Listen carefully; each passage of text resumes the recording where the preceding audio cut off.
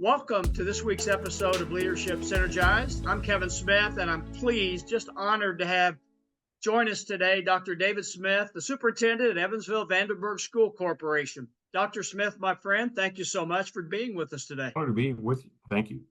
Well, the Evansville Vanderburgh, Dr. Smith, one of the largest school corporations in the state of Indiana. For those who may be joining either by audio or video, Evansville is in the very southwestern part of the state of Indiana, if you will. But let's start by just introducing your school corporation a bit. Sure. Well, we are located in Vanderburgh County. We are a county-wide district, which is somewhat unusual in Indiana.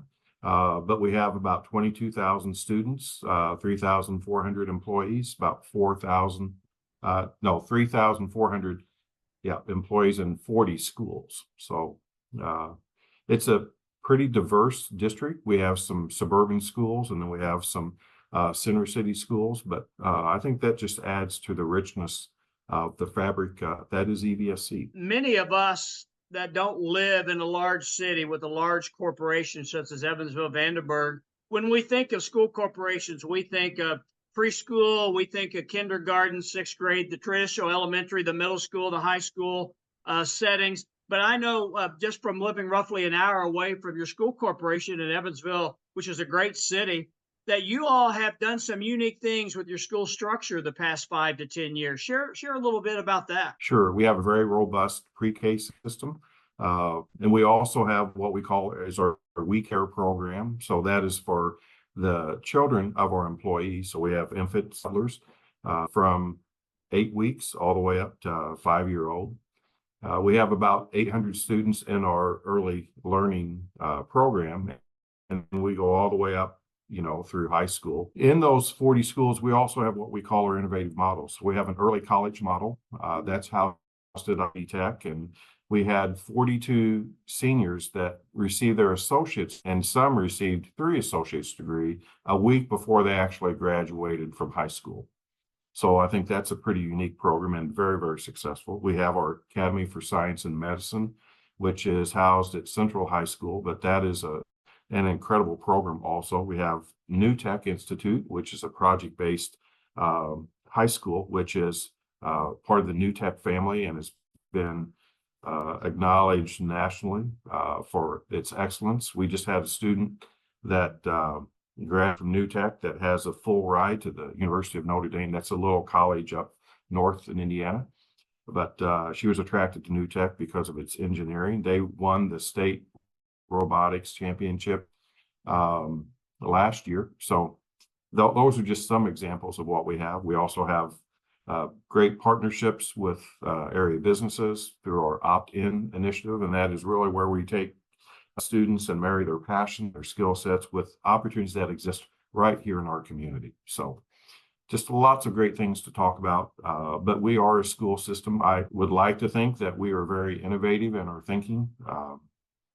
I kind of abhor the status quo because that means that you're standing still. And as you know, the environment changes all the time, especially the educational environment. So I think it's the responsibility of leadership to be able to peer around the corner and see what's coming, even though you can't see through the corner.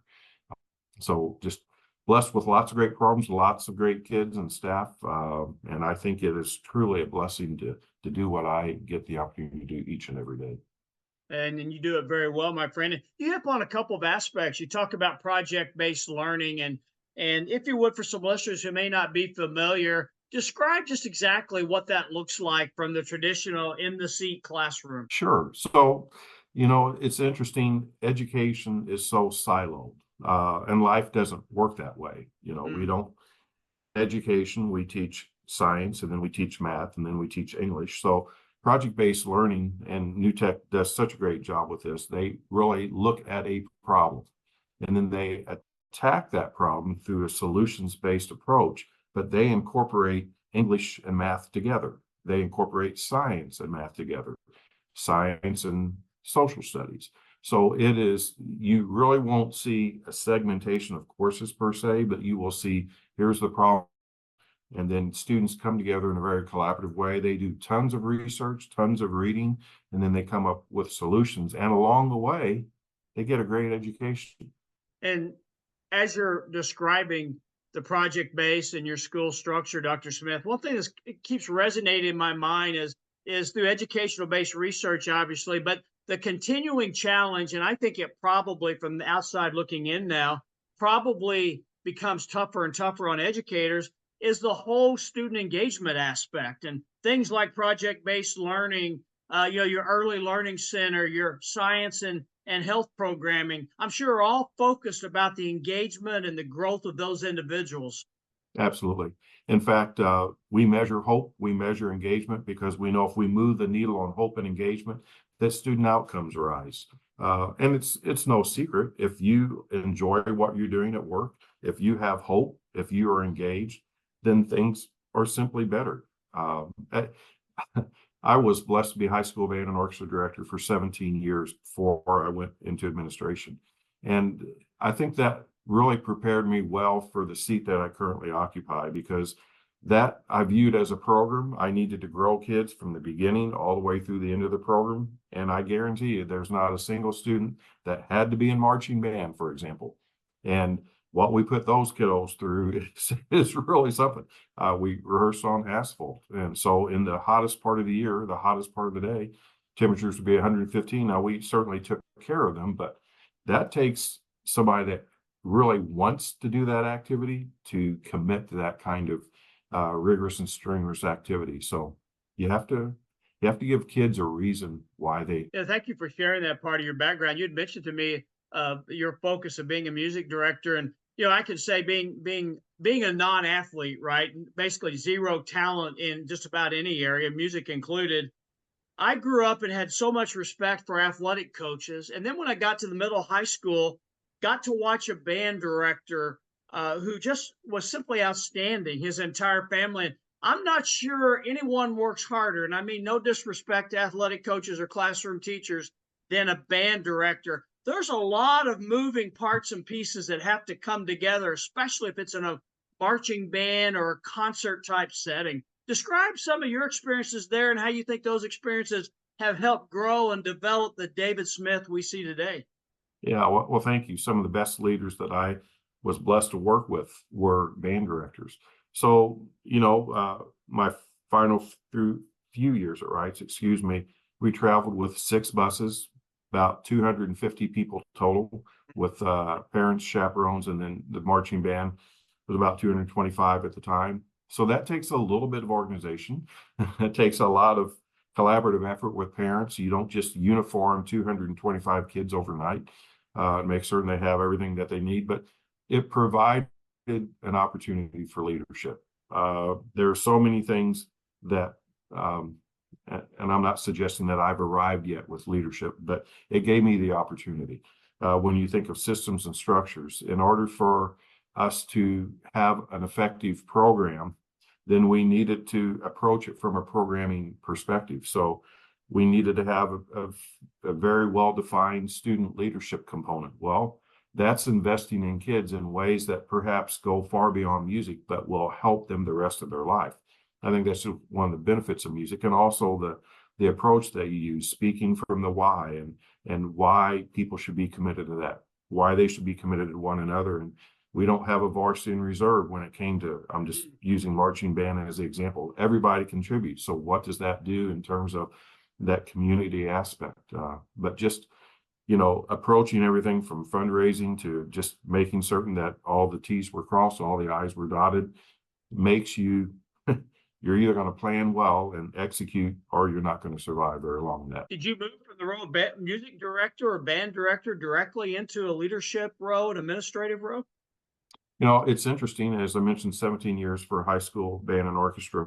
My last year at Wrights, I think we were in state finals. We were 5th in marching band, I believe 3rd in wind ensemble, and then 2nd in orchestra. And it was always about this time of year, as we were recording this in June, that we would then start all over again. And it's like, that takes a lot of energy. And I had always thought about going into administration, but I had a good friend that passed away far too young of cancer. And it's like, I think that was God saying, son, if you're going to do this, then you need to do it. So I also had a dear friend, principal at Tompkins, Terry Yunker, and he had an opening for a middle school band an orchestra director. So I interviewed for that and told Terry at the time, hey, I would be interested in pursuing my administrative degree. I just couldn't do that justice and the band program at Wrights justice. So just had to make a personal decision for a professional choice. And so he was very gracious. He hired me there, spent 2 years at Tompkins, did my administrative internship under Terry Yunker, fine Christian man, did so much for me. And then was appointed assistant principal at Evans, then principal at Evans. And then there's a superintendent switch in Evansville. And I was asked to be the interim deputy superintendent. I was told that might be for 3 months, maybe a little bit longer. That was June of 2006, and I haven't left. So, and then served a variety of roles down here, interim deputy superintendent for about 13 months, and then ended up eventually being assistant superintendent for all business and finance as well as personnel. And then now, starting July 1, this will be my 14th year in the superintendent seat. Wow. Congratulations. I knew you'd been there a while. 14 years, I wouldn't have expected at this point.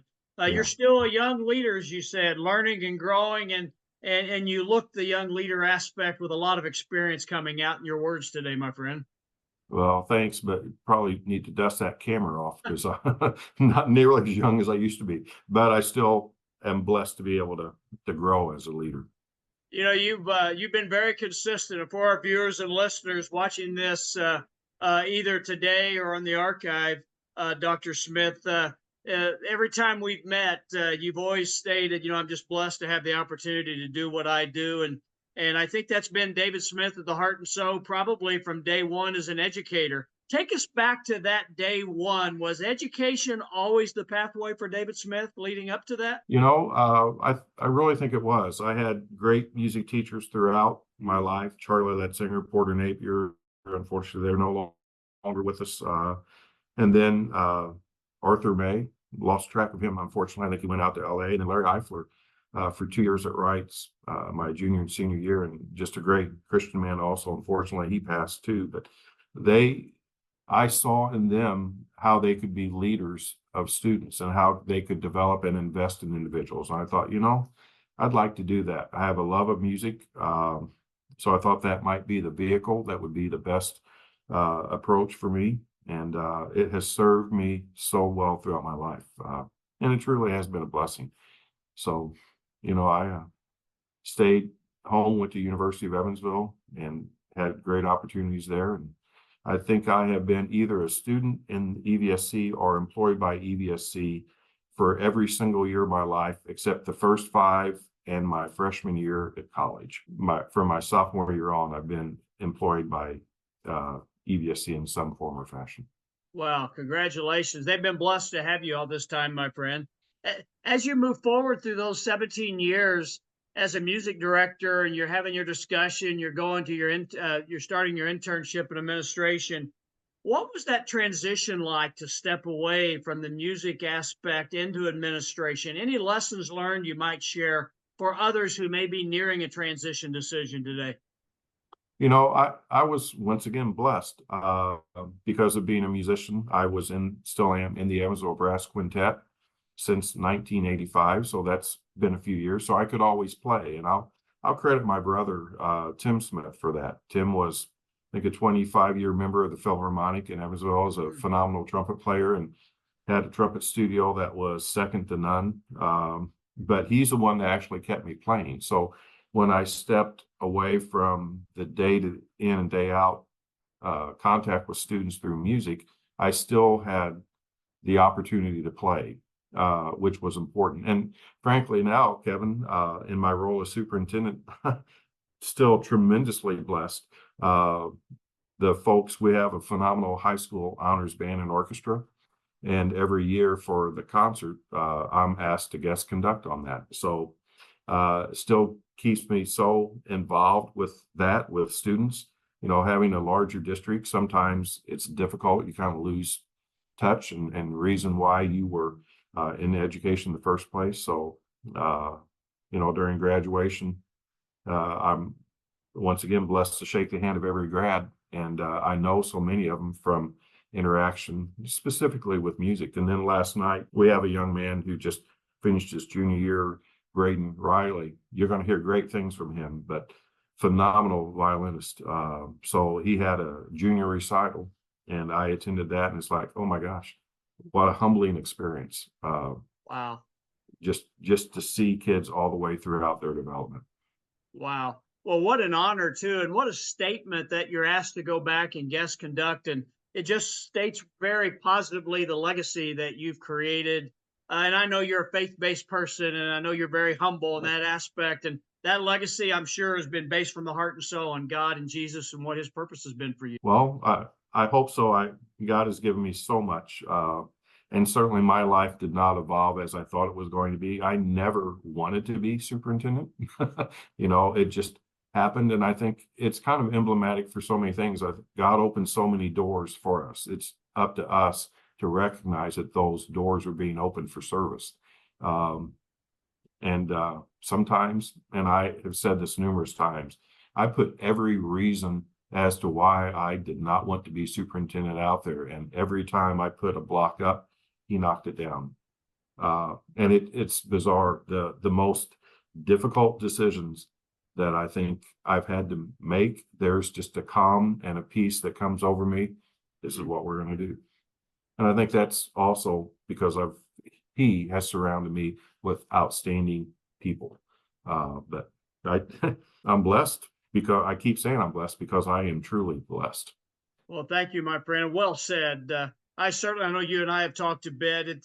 It's a wonderful spot to be in when we reach certain maturation points that God has allowed us to be in, because to your point, and I know you're a person, you said it earlier, as an individual, the old saying is think outside the box. I would say you're one that doesn't even see a box. You and the team, Dr. Underwood, Dr. Owen, and many others that you have, very talented staff. There's just no box in the first place, right? So there's no reason to even worry about that piece.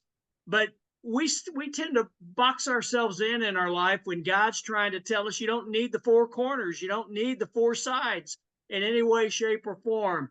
And you mentioned the people in your life, and we're coming close here to the end of episode 1, and Dr. Smith is gracious enough; he's going to stick around and join us again next week.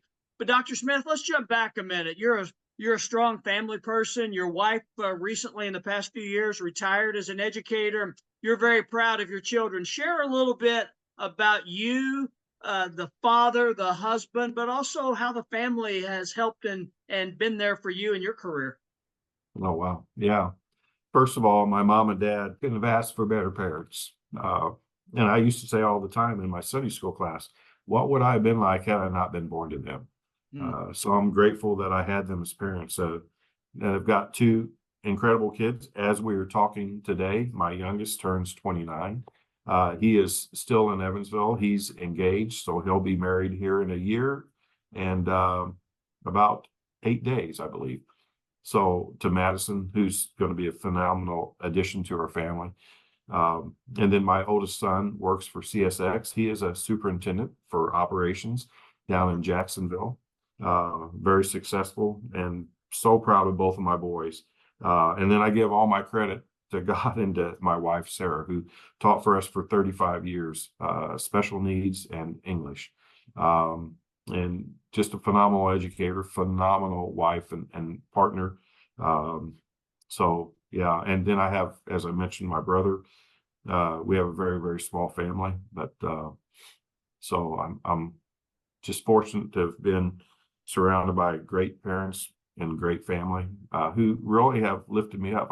I will tell you, anyone that does what we do needs a very understanding family and spouse, because not everything that we do is necessarily popular with everybody. And I've developed a pretty thick skin, but I tell you what, I wish my wife would develop a little thicker skin.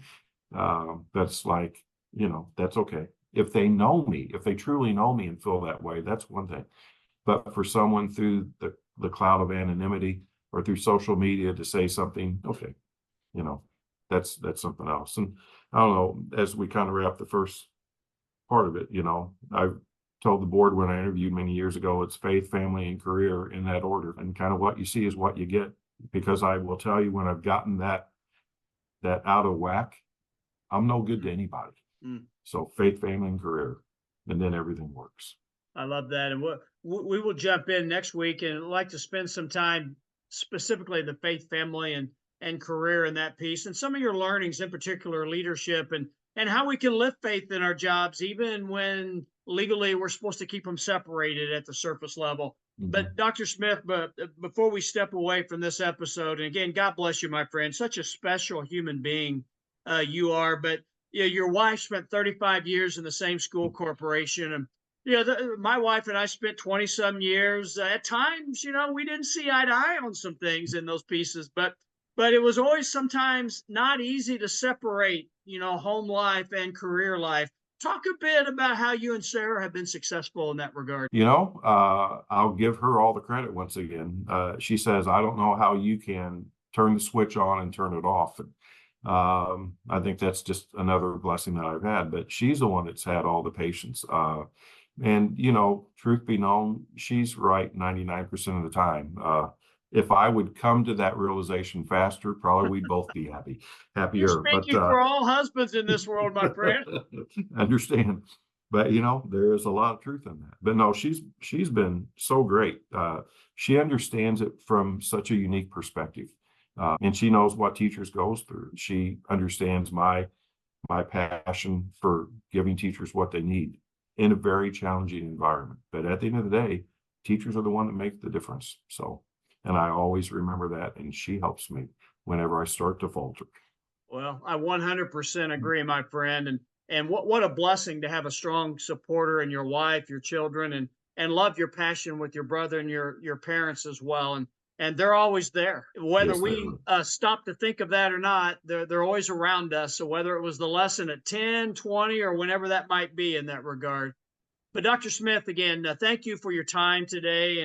And we're going to come back and jump right in and talk more leadership with Dr. Smith. But please know that you're loved, you're appreciated, and your entire team, there's so much respect for what you all do for education. But from my perspective, just the manner of which you carry out God's purpose in serving his youngest children. There's no higher calling than that on this earth. So thank you again, and God bless you. Thank you. Bless you. God bless you all for watching. Remember, you're always loved. There's someone here, whether it's a Dr. Smith to play some music, or maybe me just to lend an ear. We're here for you, and you're never alone. Have a great day. We appreciate you watching and listening, and we'll see you next week.